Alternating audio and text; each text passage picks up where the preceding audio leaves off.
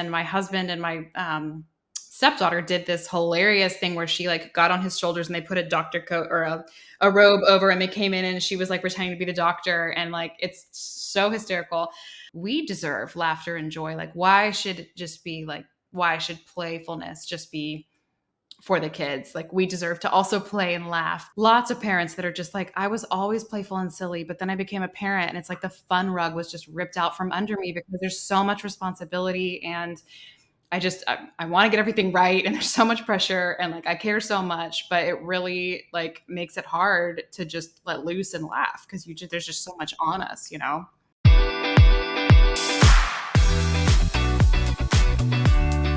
Welcome to the I Decide Darlings podcast. I'm Erin. And I'm Lisa. We are moms, wives, best friends, entrepreneurs, and authors of the book, I Decide, the happy little guide to living your best life.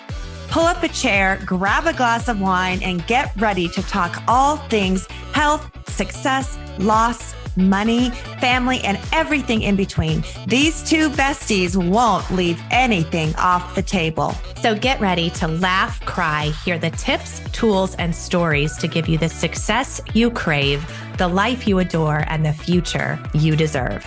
You are listening to the I Decide podcast. Hi, everybody.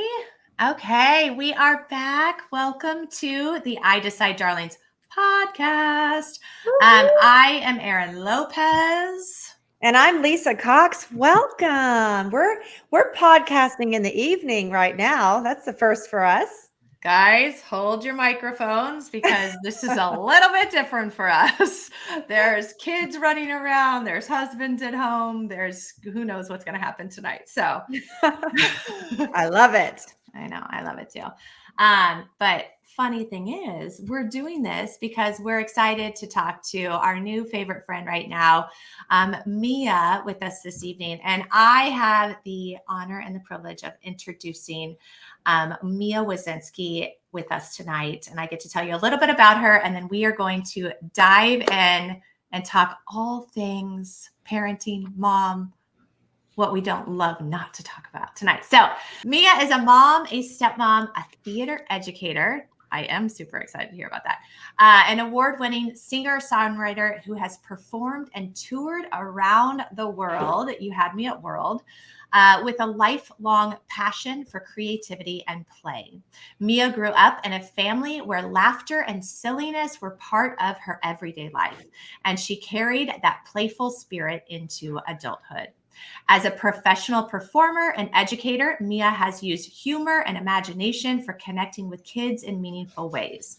However, it wasn't until she became a stepmom that Mia experienced a shift. The weight of societal expectations began to overshadow her natural playfulness, but she soon realized with the importance of reclaiming joy in parenting. I love that word. Mm-hmm. In the summer of 2023, she launched Playful Heart Parenting, unsure if it would take off, but sensing that parents needed more laughter and lightness.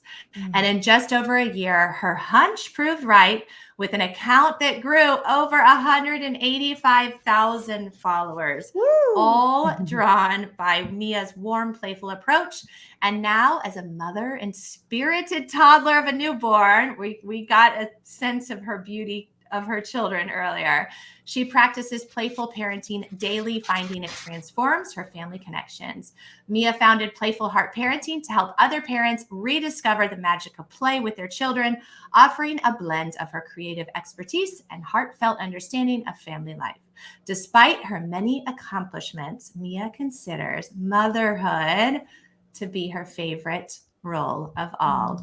Mia, welcome to the I Decide Darlings podcast. Hey, we are so happy to have you. Thanks for having me. I just jump in and say something? Yes. Okay. So Mia, I don't know what happened with my algorithm, but I'm getting ready to be a first time. Oh, I know what happened. I'm getting ready to be a first-time grandma. And I'm so excited. My daughter is due in just a couple weeks, and they're having a baby boy. And so I guess because of that, every single thing that I get on social media are reels and stories with babies and kids and parents. And my happiest ones are the ones with what you're doing, because from my childhood, and I'm going to just share just for a second, and then we want to hear your story. But my childhood, I will tell you that the greatest memories of all, and I have lots of great memories. I really had a wonderful childhood.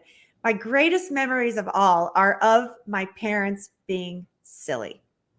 And I could go back. I mean, I probably couldn't remember, a lot of things, you kind of don't remember of your childhood, but the times I remember are when my mom was dancing in the kitchen or being silly with us, when my dad was doing his Donald Duck impersonation, which was so good. He could have been at Disney, and I mean, just things like that really, when they were interacting with us and not focusing on the stress of the day or their work or things like that. And so when I saw what you do and your Instagram and all the different things that you're sharing, it just made my heart explode. So with that being said, I'm so happy you're here. We're so happy you're here. Will you, first of all, give us some history? We want to go back to when you were, in the theater or planning on being a theater actress or, a famous theater actress. Tell us about that and how you got to right where you are today. Oh, wow.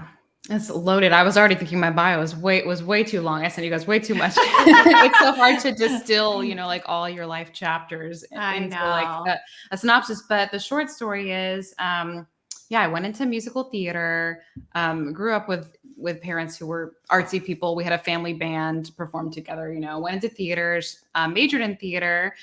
My first professional gig was singing and dancing on cruise ships. And of all places, the rehearsals were in Nashville, Tennessee, because it's Music City. And so even though obviously we're very landlocked, that's where I wound up. And never thought I'd live here. I'm from California, and then I was living in New York and all over the place. But I just fell in love with Nashville, and like different things kept calling me back here. Boyfriends, gigs. I just kept like ending up here.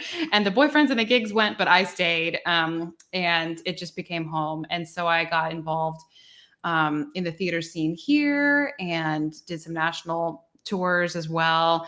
Got into theater education here, directing musical theater at first I was working with elementary school students, and then I moved on to mostly middle school students for the last 6 years. This is the first year I'm not doing it because I have a toddler and a newborn, and I just decided I needed to take a break and just be mom. But good for you. Yes. Thank you. But just all of that, all of the different things that I was doing, the singer-songwriter thing and doing folk festivals and all that.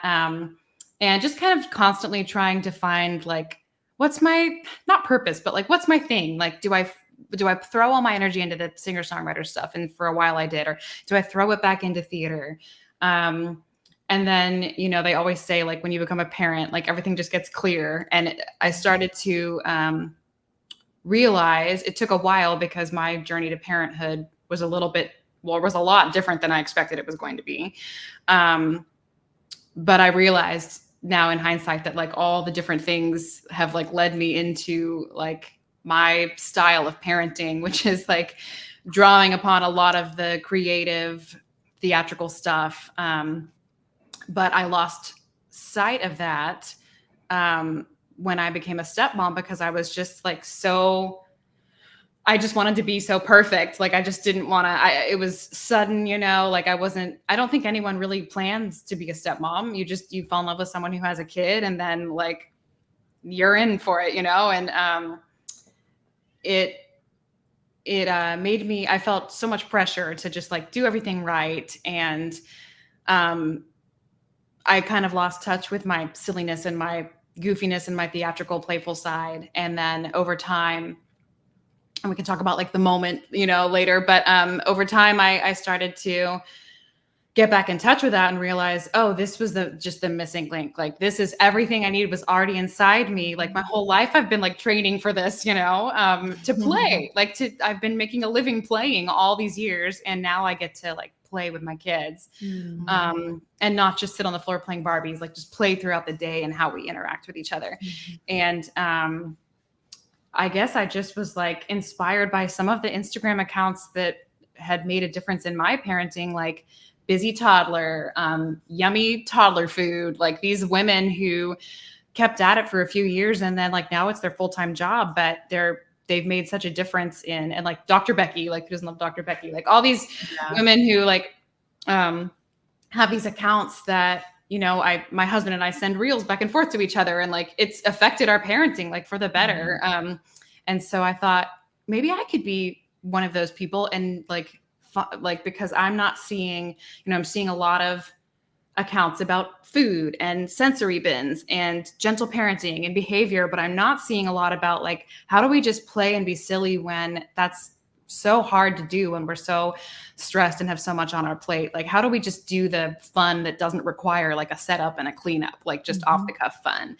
And so I just went for it, and here we are. And it's proven that there are lots of parents that are just like, I was always playful and silly, but then I became a parent and it's like the fun rug was just ripped out from under me because there's so much responsibility, and I want to get everything right, and there's so much pressure, and like I care so much, but it really like makes it hard to just let loose and laugh because there's just so much on us, you know? Okay. Yes, and more yes, because I think there's so much pressure like in the world, period. And then I feel like these are the things we don't talk about, you know, like, you know, we don't talk about how we're all striving to be like the best mom and this and that. And you're right. Like there are so many accounts out there, which we all love, which are like, what can I make in 5 minutes for dinner? You know, but I think what you're doing is amazing because it's reminding us to like chill out. My question is, how old was your stepchild when you entered into your now husband's life? Yeah, she was barely one, like freshly one. And it's a long story that I won't get into on the podcast of you know, how it all came to be, but it's not, you know, the traditional route and the traditional backstory. And so it was like muddy for a while. And but you know, I wasn't sure. It's interesting falling in love with someone with a child because my husband and I were on a tour bus together for a month. That's where we met, like on this, he was doing the tech stuff, not performing. I was performing, and I hadn't even met her yet. You know, I just was hearing about her, and I was actually getting ready to move off to Colorado and do some theater in the mountains. I was like ready to get out of here. And then spoiler alert, didn't go, but I like wasn't expecting to meet him and fall in love with him. And then like, I was just like in too deep, you know? And then when I did eventually meet her, I was like, oh, now I'm really like in deep, you know? And I wrote lots of songs about it. It was such a hard feeling of like, oh my gosh, you know, you start a relationship with someone and you don't know for sure if you're going to be with them forever. You have like that feeling. And I'd had enough relationships by then to know like if it was worth, you know, going through the messiness of all this, and it definitely was. But I was like, oh man, like if we don't work out, you know, whatever, but like, oh, what about her? You know, like I love her so much. She's just a little sweet little baby. And I'm just so grateful that it did work out. And I'm officially her stepmom now. You know, we got married in 2020 in the height of the pandemic, alone in a park, with her and us, you know, and, and she's 8 now. Oh my gosh. Yeah. Well, I'm similar. So similar in the sense that, you know, I married somebody who had a child already, and I jumped into what a lot of people don't tell you. Like you said, like I jumped into becoming a stepmom, which I like to call myself a bonus mom. You know, but there's no handbook for it. However, what I love to tell all of like my friends and everybody that, you know, I mean, I never planned on marrying somebody who had already been married, had a child. I mean, it wasn't what like you said, it wasn't like what I dreamt of. Yeah.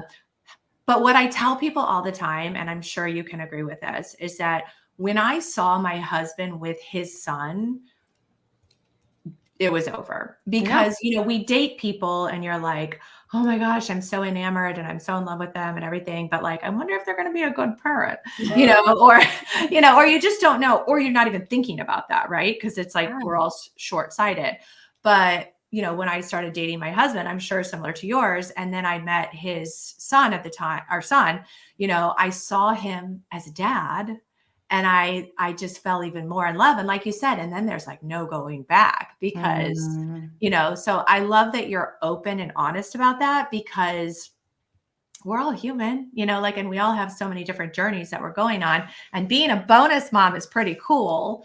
It just sometimes, there's no handbook for it. So you did that, and then you jumped into parenting. And so take us a little bit deeper too. Like, it just is stressful one. And mine was 12 when I met my husband. So obviously we were in the like yucky, gross boy teenage stage. We weren't in the like 1-year-old, but like what shifted that you said something's missing? Like you said, I was built for this. And you just said something's got to give. So a few things. One, like we went through the pandemic. She was 4. I was trying so hard. Like, I was just trying so hard. I had like all the Pinteresty things, right? I had like the poster board with like here's the schedule, and we're going to do this every 30 minutes. We're going to do this. And then we're going to do school time. We're going to do sight words and art. And I was like, I'm just going to be the best stepmom. Like, I'm going to be like, all the things. Like, I felt pressured to like, whenever she was with us, be like literally Mary Poppins. And like, I was trying to force these schedules that she didn't have at her mom's house, like that we didn't really need to have. Like, I don't know what it was, but just that pressure. And honestly, like a lot of online pressure too, like just like, oh, this is what like good parents do. And like, I was comparing myself to my friends that already had kids, and like, they all napped, and they all had these strict schedules, and that worked for them.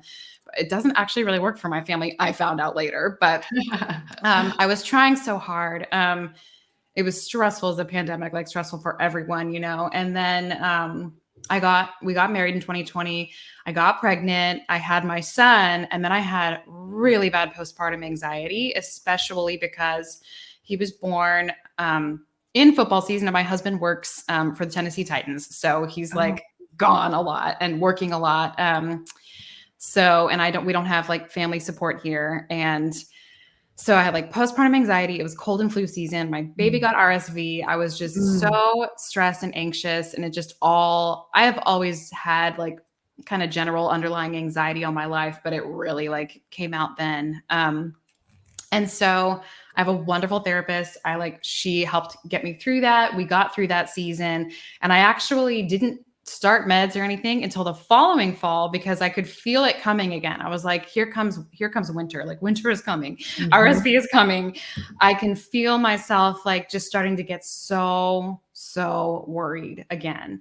And by the way, here I am now, like feeling these same things, because here we are with a newborn, a preemie, and going into that season. But I decided to try some anti-anxiety medication in addition to like continuing with my therapist.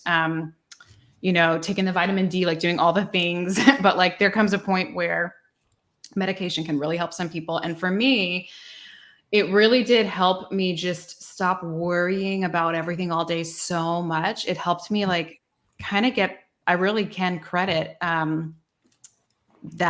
to kind of getting back to like, oh, what happens when I'm not so worried? I'm actually really freaking fun and hilarious and silly, and then we started to be more silly together, and I started to loosen up a little bit. And even in my work in theater, I've always been playful and silly with my students, but I decided like, this is going to be my new like method this year, is just, and this was a couple of years ago now at this point, but my method is going to be just like laughter and play first, and then like work second. Like, these kids are in school all day, they come to rehearsal. We're going to play and laugh and play games and be silly and connect with each other, and then jump into the blocking and the choreography and the music and everything. And it made such a huge difference. So it just more and more affirmation of like, yes, this is the missing piece. Like, everything is lighter, and we're connecting more, and the power struggles are going away. And I got closer and closer with my stepdaughter, because what had happened was, we were close when she was a little toddler, but then she started to get older, and like, her situation is confusing, and I'm not her mom, and she has a mom who she's with, she's here sometimes and she's there sometimes, and she has 2 homes, and that's really hard. And there's a lot of big emotions. So it was it was the missing link for just like, okay, well, this is what's going to save our relationship, playing these silly games together. Like there's no pressure. Like playfulness is the least threatening you can be, like in a stepmom role, like I'm just silly. I'm just playful. Like we're just having fun together. I'm not trying to replace your mother. Like I'm not trying to enforce these rules or this structure here that you don't have at your house. But then at the same time, we're still doing things. We're still doing our tasks, and we're still learning kindness and all these things, but we're just doing so in a more lighthearted way. Yeah. I love that whole approach of start with the joy. Don't do the work and then find the joy. You know what I mean? I love that. I want to think about that more when I'm working with our teams and the people that we mentor in our own business and lives, because I think it's so important, especially in today's world, that we start with the joy and we remember to keep that laughter. I think, the world can get so serious, and 2020 was a scary time. There was so much pressure on the moms that were home with the kids all day long. And I think it took a lot of guts to get through that. I mean, I really do. I think it took a lot. And I think it changed a lot of people's dynamics in their homes and their families, because after, the first month, it was like, oh, this is fun. We don't have to go to work. We don't have to go to school. We're all together. By months, the third month, you're like, okay, I'm going to kill all three of you in your sleep tonight because I can't stand this. It was just that crazy. And then, but I love your point of coming from joy. And I think that it's so important for us to take that out to the world. The world is angry. The world is upset. There's plenty of stress out there. But I just love that. And, the whole step parenting thing, I think I read some stuff that you really had some controversy about calling yourself a stepmom. Will you share that? Yeah. It's funny. It's whenever I have a video go viral, and I've had a few, like the one where I was really getting it was on a really silly one where I was just in the hospital because my water broke early, and I was on bed rest, and my husband and my stepdaughter did this hilarious thing where she got on his shoulders and they put a doctor coat or a robe over, and they came in and she was pretending to be the doctor, and it's so hysterical. And it's 7 million views now or something like that. And when things go viral, everyone just starts coming for you. They'll find, even on a video like that, which is so joyful, which shows the joy in our family.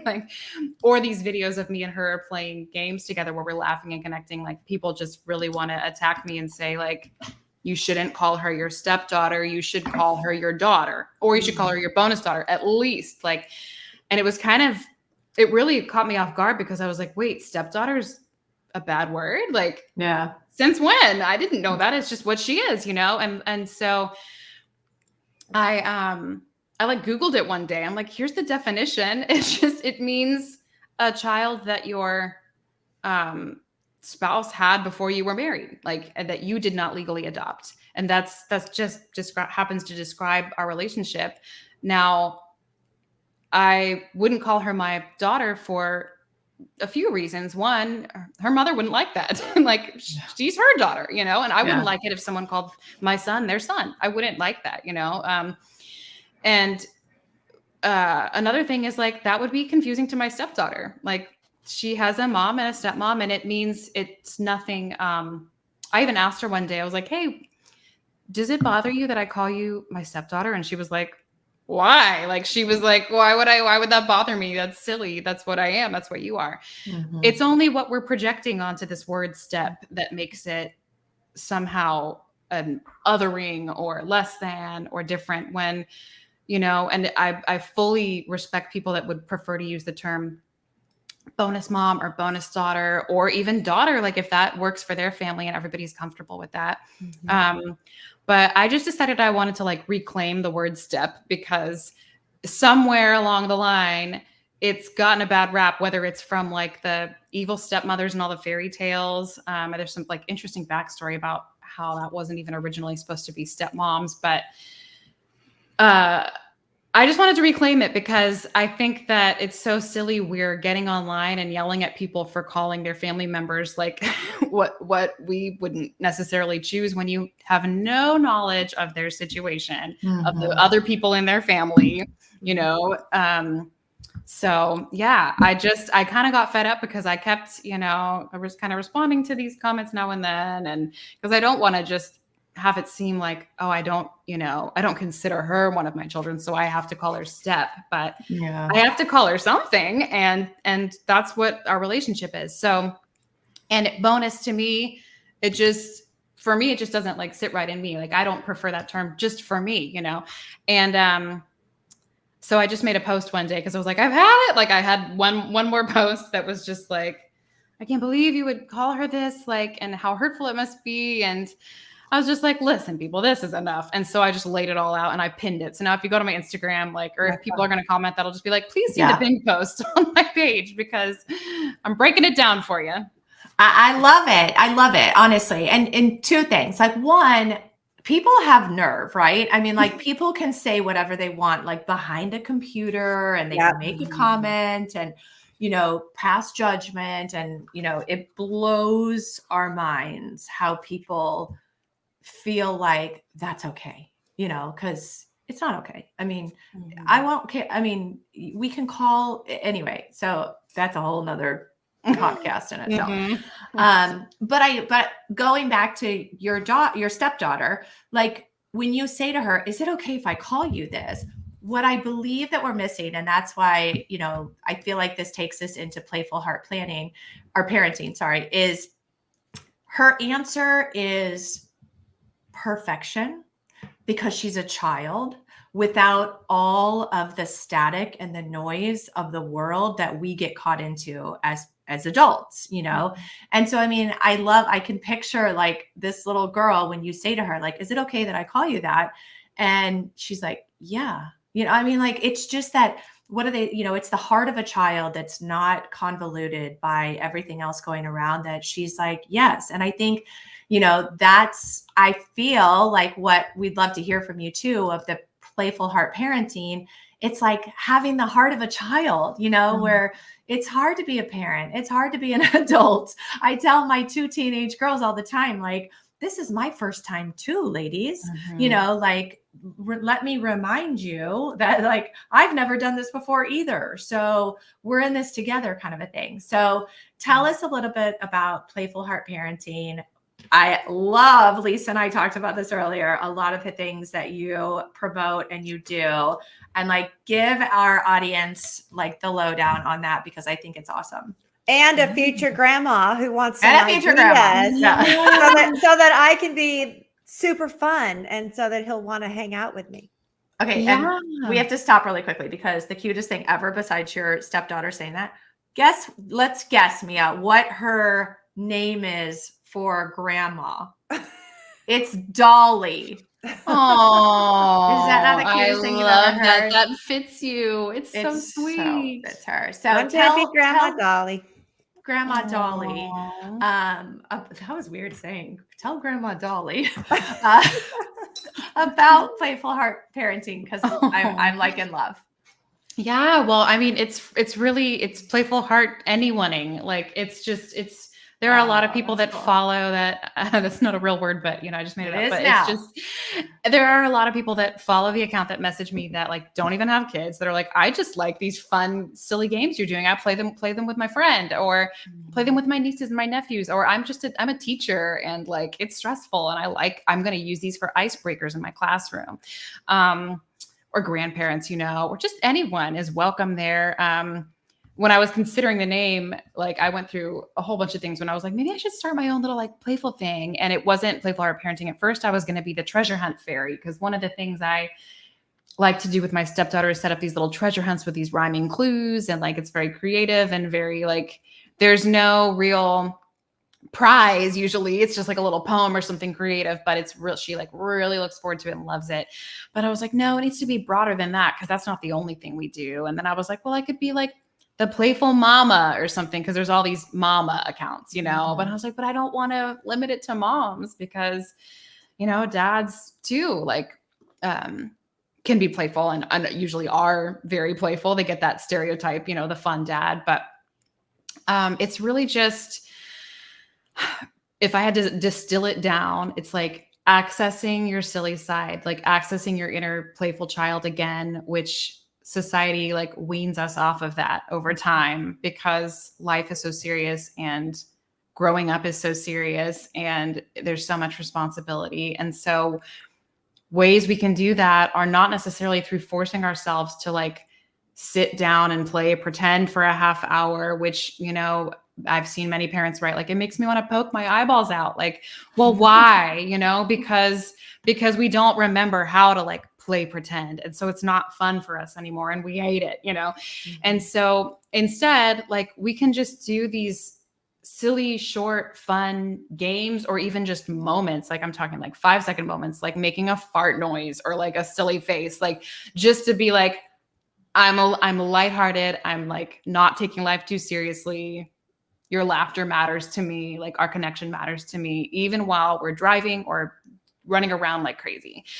And it can be like so simple. It doesn't have to be like this big, like I'm going to dedicate 20 minutes every day after school to play. Like, okay, well, maybe we actually can't do that every day, but maybe we can like make up a story together on the way in the car. Or I have tons of specific game ideas and moments and like, organized in resources and on the page for free.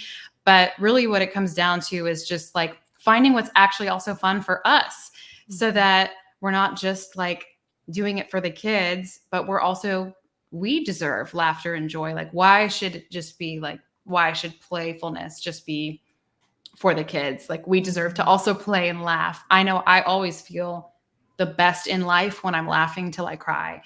And when we share our favorite, every night my family shares our favorite part of the day. It's always one of those moments where we were all laughing and being silly. And whether that's us just playing a game for the sake of having fun, which is like what my stepdaughter now, she'll say like, you want to play a game? And we have like this whole pool to draw from, or sometimes we make up a new one.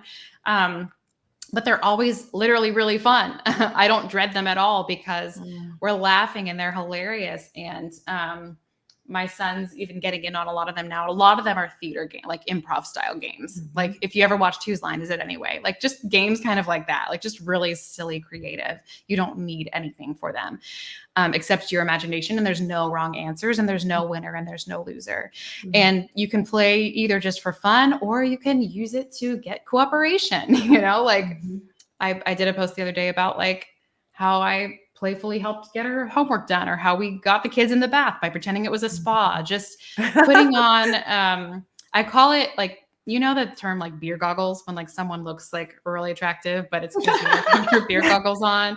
Like I call it your play goggles. Like you like put your play goggles on. It's like, oh, what would this situation look like if I was playful? And like, if you just like make the mental decision to do that, like you actually could surprise yourself and come up with some really creative things. And I hear it from parents all the time, messaging me like, okay, I was getting really frustrated. And then I just like I was like, what would Mia do? Right. Like just like tried to flip a switch. And then I came up with such a creative game, which I could never come up with that for you. Like that's you know your kid and what your kid's into and your family dynamic. And you have the best creativity inside you. It's just, we're not often told to put on our play goggles. Like, we're told a lot of like how to gentle parent and like validate emotions and like all these things, which are very important. My husband and I are big on all that too. And it doesn't always, and it can't always be like a big, deep talk either, like because kids will just shut down. And so sometimes the best way to move through the day is to just like loosen up and make it fun. Yeah. How do you feel, or how do you teach or coach parents to keep away from the screens? Like, I feel like that is such a struggle for parenting right now because it's so much easier just to put them in front of a, laptop or a screen, and then they're not even talking to their kids. And so I love the playfulness because then you're interacting with each other. Do you do anything to teach on that? I don't coach parents away from screens because there's so much like we all feel so guilty when we use screens, like, because there's so much out there. We know screens are not good for kids. Like we just know they're not. Like we know like that, I tried so hard not to let my son like see anything on the TV, like until he was 2. And then like he was over the age of 1 before he'd seen TV. And finally one day my mom was like, you can put on Cookie Monster so you can go like go poop by yourself. Like, it's okay. Like, it's okay to use them sometimes. And so I was very, very, very sparing at first. Now, the last couple days in my house, I've used screens way more than I like to because my baby is screaming, like she's in pain. I'm trying to figure out what's going on. My son is also having some really big feelings, and screens are like, it's like a Band-Aid. Like, it's really probably going to make things worse. Like, and today I eventually was like, okay, we can't watch Trash Truck anymore. Like, because I think it's just making us all, like it numbs you, but then like the feelings are going to come back up. So like, that's what, like when I need him to zone out so I could be on the phone with the doctor, right? Like I use it, and it's so hard not to feel guilty about that. So I don't really do a lot of like anti-screen content because I feel like there's plenty of that. But I will say that when I do talk about screens, like, and family, like movie night or whatever, like there are ways that like, okay, if we're going to like just sit down and relax on the couch, which by the way, like almost all my ideas are like couch friendly. Like we're like so tired, right? Like we should be able to play while we're like nursing our baby or like on the couch or in the car. Like just, it has to be so easy, these ideas, or else we're going to dread them. But Yeah. One thing my family did growing up that we still love to do, and it's like one of the moments I fell in love with my husband, is when we were on the bus and we started playing this game and he jumped right in, is we mute the TV and we start talking for the characters on the screen. And it's hilarious, and it forces you to listen to each other, and you're still like relaxing on the couch with the screen, but you're like, now you're making it a creative game and you're using your imagination and you're connecting with each other. Or you like, turn on the animal show and you like put it on mute and you're like, okay, everybody make the sounds for the animals, whatever. Just like, you're going to put on the screen, like maybe, challenge yourself to make it creative. But I don't do a lot of anti-screen content, even though I, don't love it, but because I too am like just a mom trying to like be in survival mode. And sometimes like I use them, but I do think that when we use them more than we want, there's like always a chance for a do-over, right? So like, I know for the last few days, it's like, we've watched way too much Trash Truck and it's bothering me. Like it's bothering me inside. I can tell that my son is like agitated. We're not connecting. So like, once I get through this, like figuring out what to do for my baby, because this is an emergency right now, I have to figure out like what's going on with her. Then I'm going to really focus on being playful and silly and like healing from that last 2 days of like not connecting and me being on my phone a lot and him watching the TV a lot. And I think that you can really come back from that. Like it's like a healing thing, like playing together can repair whatever was causing you to kind of zone out and like just be on the screens. I don't know if that's a good answer. But it's a great answer. I love your answer. And it's very honest. And I think that I have just from my point of view, I have zero judgment on any other mother, how they're raising their kids. As far as the screen time, we didn't have that when my kids were little. We didn't have to go with you anywhere you wanted to go screens because we didn't have that. We barely had just gotten cell phones, at that time, literally. And when my girls were little, and I remember turning on the 101 Dalmatians so I could take a shower, for my little girls. And I'd put them on the floor where I could see them out of my bathroom. And so I could see both girls. And I'd have one of them in like a little thing and the little baby. And then Megan sitting next to her. And I'd say, you watch your sister. I'm going to be right there and take a shower. And I mean, it was the only way I felt like I could get it done and know right where they were. So basically without the screens that could go places, as a mom trying to survive when I was such a young mom, I did the same thing, so I'm not judging. I just know there's so much of it. It's so prevalent in today's world that it has to be it has to be a balancing act where like, if you have a time when you guys are struggling, like currently right now with the baby screaming and not feeling great. And so, maybe it's high screen time. And then, then the next week is outdoor playtime. You know what I mean? It's just got to be a juggling act, but I would never judge. When I was a young mom, this is what I did. Okay. I'm going to confession time. I literally, my daughter, Megan, was so strong-willed. And if she hears this, she's going to be mad at me, but she was so strong-willed. She wanted something one time in the grocery store and she literally, and I said, no, we're not going to get that. I don't even remember what it was because the whole event was so traumatizing. And she laid down on the floor of the grocery store. Okay. Number one, disgusting.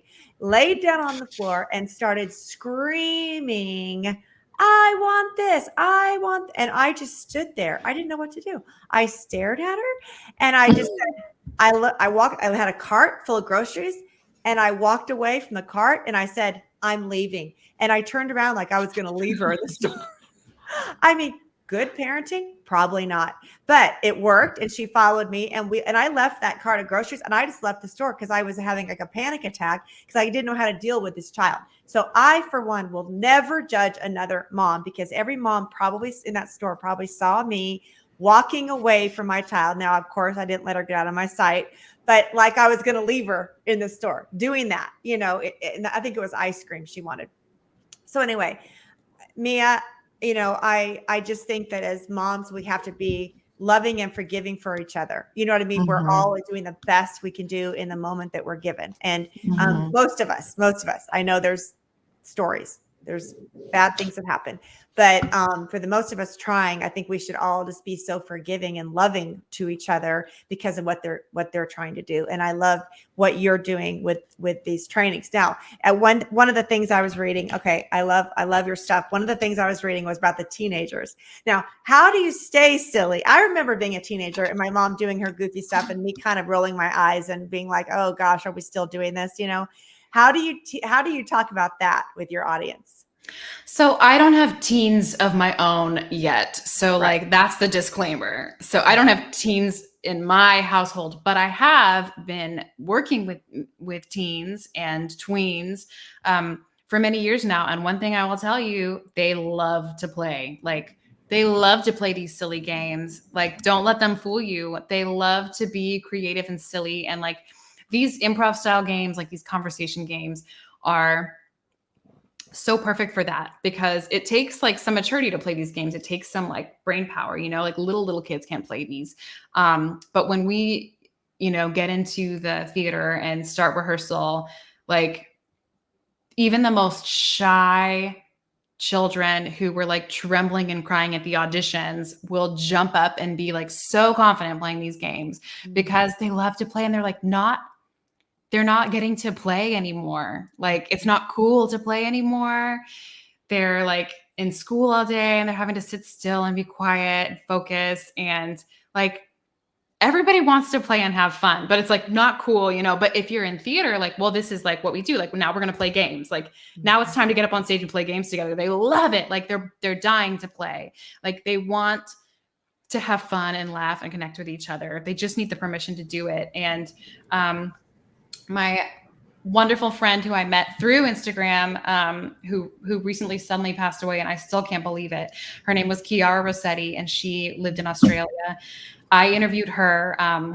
We did a blog article. I have not kept up with my blog. So like disclaimer, don't go to my blog and expect it to be up to date. But like one of the last articles I did was interviewing her. And I'm so glad I did when I had the chance, all about how she was playful with her teens. And one thing she said that just struck me was as the load gets heavier, play keeps it lighter.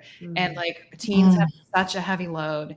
And the more lighthearted and silly we can be with them, like the lighter that load's going to feel and the more comfortable they're going to be to come to us and tell us the heavy, scary, dark stuff.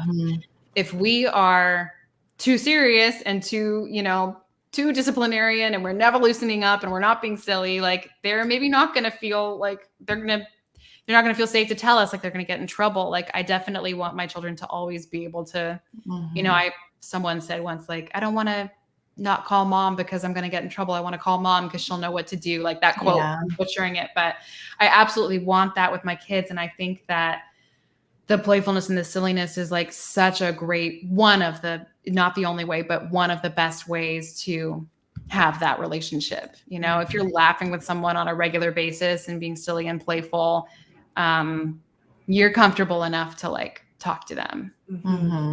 This is so true because I have teenagers and I have a 15 and a 16-year-old daughter. And like we were saying earlier, like life is hard for them too, because of school and sports or extracurricular and social media, and thank God for my husband because he's the funny one. But I agree with you. And that's not true. I know. I mean, I'm really funny, but he's way funnier. But like, you got to always have good cop and bad cop, and like, so sometimes I'm the one who like lays down, like, we got to do homework and we got to do, and he's the one behind them, like, she's a little crazy, but now I'm kind of like, I'm okay with it because like it used to tick me off where I'm like, stop it, but now I realize like, you got to kind of have that, like, we're going to be okay, and so, yeah, I mean, I think we have a little, and my brain is all over the place because I wish I had you or like knew of you and I knew of your account and knew of all of your tools that you add, because like this doesn't come natural to a lot of people and it comes natural to you. And so we're going to talk about this in just a second about like how they can find you and your amazing account. But it doesn't come natural to people. So we need people like you to say, here's what you got to do. Right. Because I distinctly remember sitting on the floor with my toddler and being like, because I didn't know what to do, and again, grace upon grace upon grace to all of us, you, especially Mia, with your little ones. But we all need somebody to say, it's going to be okay, and guess what? Here's what you can do. And I think for all ages, and I think even for us as adults, and what did you say earlier? I'm going to totally steal that. Like it's for for anyone, but we all need that. We all just need to remember to like, take a chill, take a deep breath. And like, Lisa and I are so funny when we're together because we think we're fun, but it's like, we just bring out that joy in each other. And I think that is what you are doing for the audience and for the world and for moms. And like, we need more of you, Mia. So it's really exciting what you're doing. And from moms that have been in your shoes before, grace upon grace upon grace for yourself, put on the show. He'll be okay. The